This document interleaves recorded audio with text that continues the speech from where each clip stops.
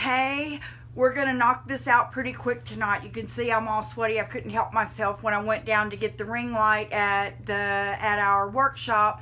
I had to throw a few coats of paint on the bench from a headboard. But right now, if you haven't got your canvas yet, we're going to be working, or I'm going to be working on a 16 by 20. You can work on any size you want. If you want this size, it's going to be a little bit of a larger one. So I'm going to go with a 16 by 20, and I'm going to turn it up and down to the tall size. This is, I put a link to, this is one I've had a long time, to an easel. You can grab one of those. They may have them at Walmart for all I know. You can grab one at Hobby Lobby and use your coupon. Or if you use the link I put there, that helps me out a little bit. And it's like 15 bucks off of Amazon. But anyway, get one big enough to fit your, 20-inch. I like having the little thing up here to hold it on. But get one big enough for that. You're going to need your water. You're going to need some paint.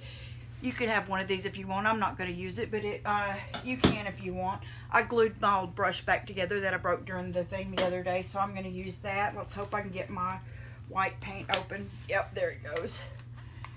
And I want to show you something new tonight. I want this to be pretty fast for us and not take too long. I took way too long on our video the other day, so we're not going to do that tonight.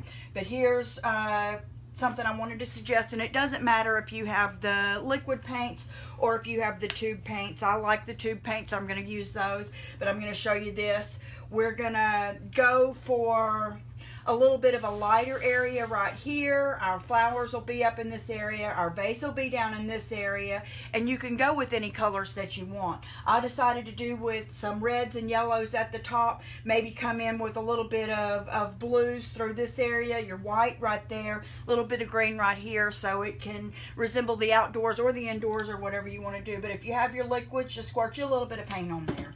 If you have your tubes, just squirt you a little bit of paint on there. Let's see, it doesn't matter which red or which yellows or which anything that you have.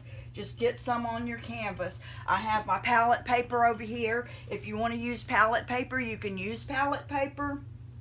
Here's a different colored red just for the hay of it. Why not? Let's put a little bit of that red on there. And then I've got some yellow up there, but I want to put on a little bit more yellow. This is a brighter yellow. I just grabbed out some tubes, so I'm going to use a little bit of them also, because why not?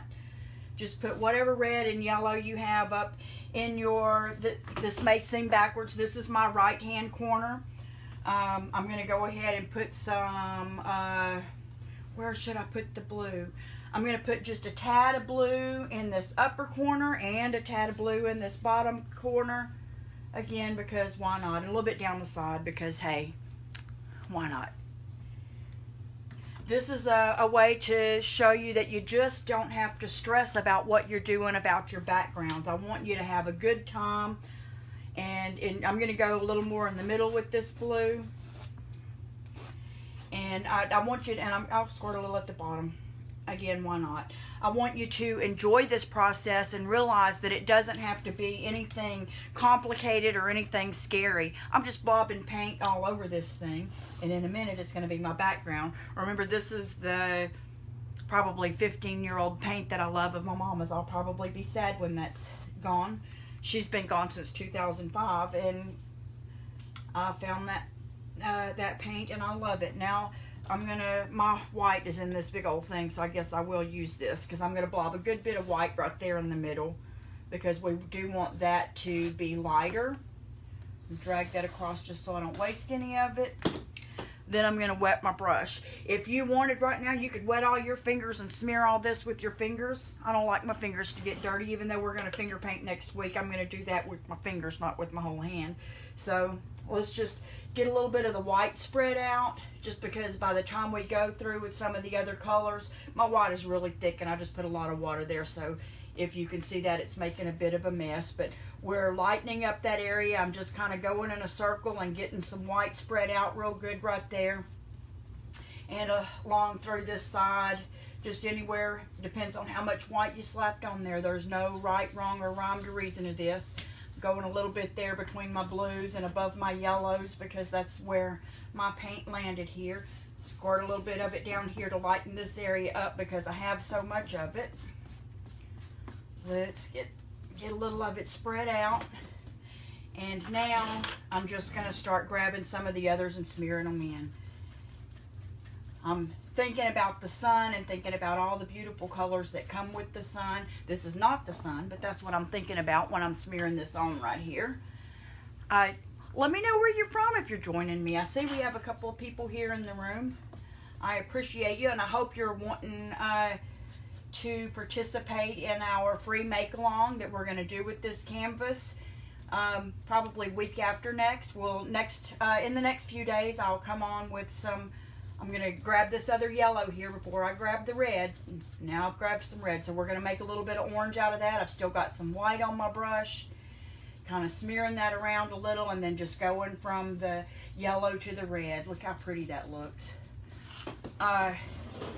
We're going to finger paint some flowers on this, and I'm going to draw out or paint a few flowers for us to choose from in the next few days for you to practice with. Some daisies, maybe some simple roses, some sunflowers, maybe some hydrangeas, just some simple stuff so that we can do, you can have your choice of doing just a big sunflower in the middle if you want once you learn it, or 2 or 3 daisies on there, or you can do like I'm going to do, which is going to be a mixed bouquet.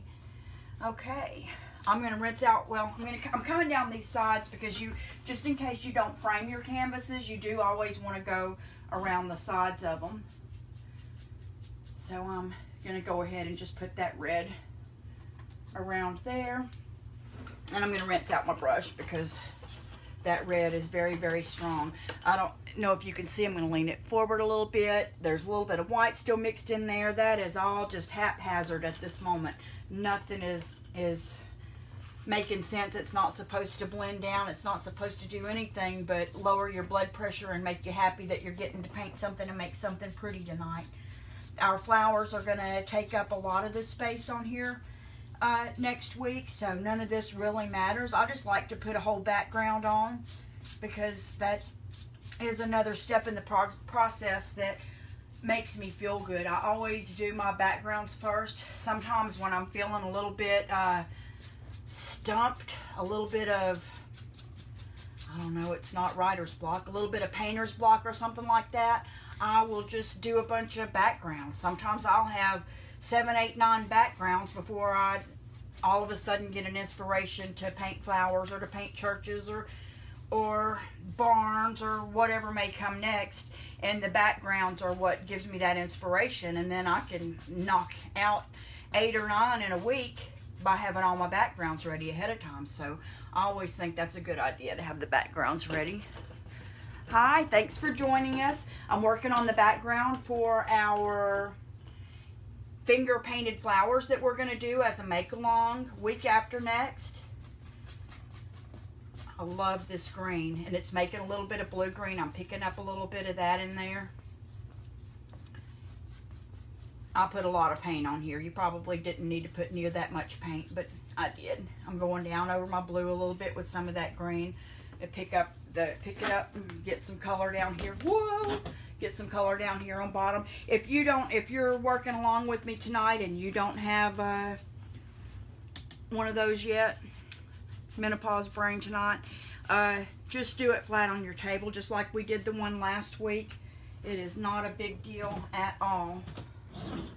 And if you want yours to be horizontal instead of vertical, this is going to be your painting, so you can do whatever you want. I'm just going to kind of go back and forth over mine a little more. This red is very strong, so I'm going to try to stripe it up a little bit with some of the yellow, get a little more off. Lighten up this blue a tad because, man, this is nearly primary colors. I've got so much on here, but man, I'm loving how that green's looking on there. You can, I'm going kind of in the rounding mine up and around because I like that. You can go round with yours. You could go straight across and you know, be like your vase is going to be on a table later on if you want to. That's your choice of how to do it. Hey, Regina, thanks for joining us. I hope you'll join us for our project. This is a make along. I have a list or a link with some supplies on there if you want to look back at the supplies. I'm going to try to pull a little bit more of this white and this yellow up into that red to lighten it up a little bit, because I got carried away with it, jacking my jaws, not paying attention to what I was doing. Now my water's all dirty, but I'm not going to let that slow me down. I'm going to grab a little bit of more white out here and just have at it through this area, kind of lighten that up, see what I can do. So if you have any questions, you can always put them in the comments. If I don't see them now, I will see them later and I'll come back and answer.